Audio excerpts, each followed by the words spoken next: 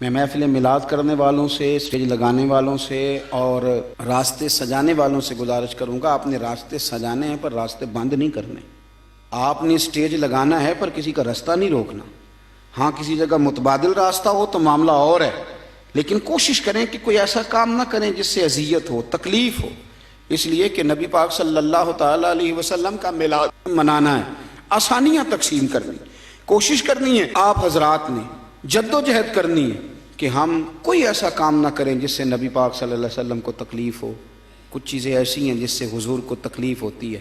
حضور فرماتے ہیں من اذا مسلمن فقد اذانی، جب کوئی میرے مومن کو تکلیف دیتا ہے تو مجھے بھی تکلیف ہوتی ہے۔ حضور فرمانے لگے من راغب عن سنتی فلیس منا، جب تم میری سنت سے منہ موڑتے ہو تو اپنا میرا رشتہ کمزور کرتے ہو، تمہارا مجھ سے پھر تعلق نہیں رہتا، فلیس منا، وہ ہم سے نہیں ہے۔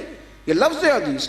اور فرمایا جب تم چھوٹے سے پیار ہی نہیں کرتے، بڑے کا ادب ہی نہیں کرتے، من لم یرحم صغیرنا ولم یوقر کبیرنا فلیس منا، تو پھر تم ہم میں سے نہیں ہو۔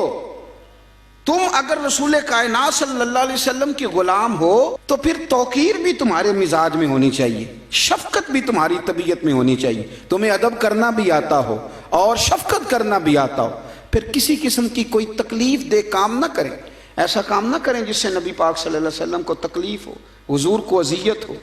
جب کوئی کسی صحابی کے بارے میں غلط بات کرتا ہے تو میرے نبی پاک کو تکلیف ہوتی، جب کوئی اہل بیت کے بارے میں غلط بات کرتا ہے میرے نبی پاک کو تکلیف ہوتی۔ خدا را میں آپ کو کہہ رہا ہوں اور ذمہ داری سے کہہ رہا ہوں، علماء سے تصدیق کرا لینا، جو غلط بات کرتا ہے اس سے بھی حضور کو تکلیف ہوتی ہے، اور جو شوق سے وہ غلط باتیں سنتا ہے وہ سننے والے سے بھی نبی پاک کو تکلیف ہوتی۔ خبردار، حضور سید عالم کو تکلیف دینے والا کبھی کوئی کام نہیں کرنا۔ بڑی سادی سی بات کرتا ہوں، بڑی سادی سی، کسی کا بچہ غلط بھی ہو معاذ اللہ تو اس کے باپ کے سامنے یا پیچھے اگر آپ اس کے بچے پر تنقید کر دیں، کوئی ایسی بات کر دیں تو باپ کو تکلیف ہوتی ہے کہ نہیں ہوتی؟ عجیب معاملہ ہے لوگوں کا، صحابہ کے بارے میں بات کرتے ہیں، اہل بیت کے بارے میں بات کرتے ہیں، حضور کو تکلیف دیتے ہیں۔ کبھی بھی کوئی ایسا کام نہ کرے، کبھی بھی، جس سے محسوس ہو کہ مدینے والے محبوب کو ہماری وجہ سے تکلیف ہوگی۔ اور یارو دیکھو، غیروں کا تو یہ نظریہ ہی نہیں، یہ نظریہ تو تیرا اور میرا ہے کہ ہمارے نبی حاضر و ناظر ہے، وہ ہمیں دیکھ رہے ہیں گنبد خضرا میں بیٹھ۔ تو میں کیا کرتا ہوں، اگر ہمارا یہ نظریہ ہے تو ہماری ذمہ داریاں بھی تو پھر زیادہ ہونی چاہیے، پھر تو ہماری تنہائیاں بھی پاک ہونی چاہیے، پھر تو ہمارا تقویٰ مضبوط ہونا چاہیے، پھر تو دیانت داری میں ہمارا پہلا درجہ ہونا چاہیے، اس لیے کہ ہمارا نظریہ ہے کہ سرور کائنات صلی اللہ علیہ وسلم ہمیں دیکھتے ہیں۔ تو میرے عزیز کبھی بھی کوئی کام ایسا نہ کریں، محبت میں بھی نہ کریں، محبت میں بھی نہیں کریں، کبھی بھی محبت میں بھی حدیں نہ کراس کریں۔ محبت کی جو حد ہے شریعت کے دائرے کے اندر، اعلیٰ حضرت بریلوی رحمۃ اللہ علیہ فرماتے ہیں کہ حضور سید عالم علیہ السلام کے مزار پہ بھی تم نے جانا ہے تو تم نے ادب کا بھی خیال رکھنا ہے اور حضور کی شریعت کا بھی خیال رکھنا ہے۔ ایسا کام نہیں کرنا کہ جس سے سرور کائنات صلی اللہ علیہ وسلم کو تکلیف ہو، کبھی ایسا کام نہ کریں۔ حضرت طلحہ بن برار رضی اللہ تعالیٰ عنہ حضور کے ایک صحابی ہیں، بیمار ہو گئے تھے اور بڑے نصیبوں والے بیمار تھے، جن کی تیمارداری کرنے خود میرے محبوب تشریف لے گئے۔ حضرت طلحہ بن برار رضی اللہ تعالیٰ عنہ شدید علیل ہیں، حضور نے ان کا چہرہ دیکھا، مقدس آنکھوں میں آنسو آئے۔ کریم محبوب صلی اللہ علیہ وسلم اٹھ کر کے ان کے گھر والوں کو بتایا کہ مجھے لگتا ہے میرا طلحہ آج رات انتقال کر جائے، اور جب اس کا انتقال ہو تو مجھے خبر کرنا اور تدفین میں جلدی کرنا۔ اللہ کے حبیب چلے گئے، جناب طلحہ نے اپنے گھر والوں کو بلایا اور بلا کے کہا کہ مجھے پتہ ہے آج میرا انتقال ہو جائے، مجھے پتہ ہے میرے محبوب بھی یہی کہہ گئے، اس طرح کرنا جب میرا انتقال ہو جائے تو میرے محبوب کو خبر نہ کرنا، اگرچہ ان کو ساری خبریں ہیں پر انہیں میرے انتقال کی اطلاع نہ دینا۔ یارو یہ بھی محبت کا رنگ ہے، اس کو بھی سمجھیں۔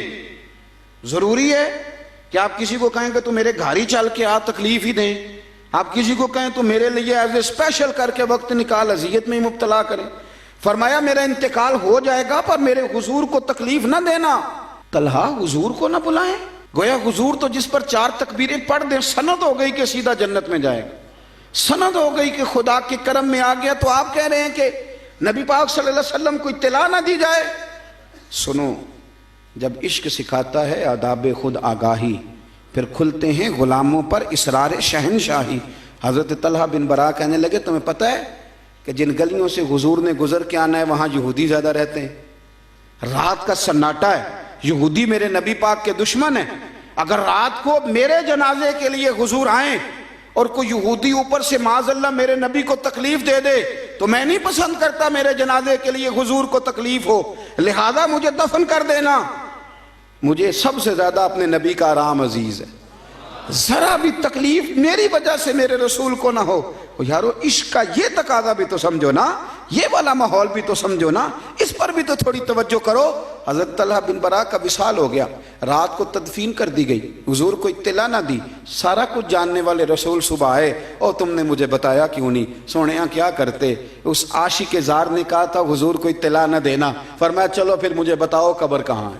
اور دیکھو یارو ساری دنیا گنبد خضرا پہ، اور یہ کتنا نصیبوں والا ہے جس کی قبر پہ خدا کی ساری رحمتیں پہنچ گئیں۔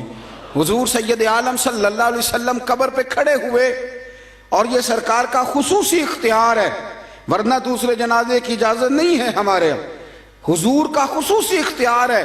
سرکار نے دوبارہ جنازہ پڑھایا اور دعا کیا فرمائی، بڑی انوکھی ہے۔ اس شخص کا یہ خیال تھا میری وجہ سے حضور کو کوئی تکلیف نہ ہو، کیا دعا مانگتے ہیں اللہ کے رسول؟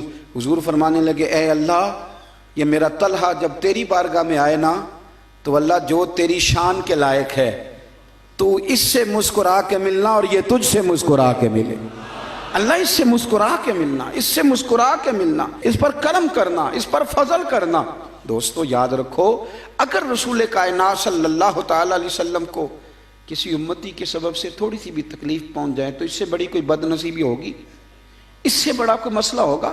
کوئی ایسا کام اپنی زندگی میں کبھی نہیں کریں جس کی وجہ سے ہمارے پیارے رسول صلی اللہ تعالی علیہ وسلم کو ہماری وجہ سے تکلیف ہو۔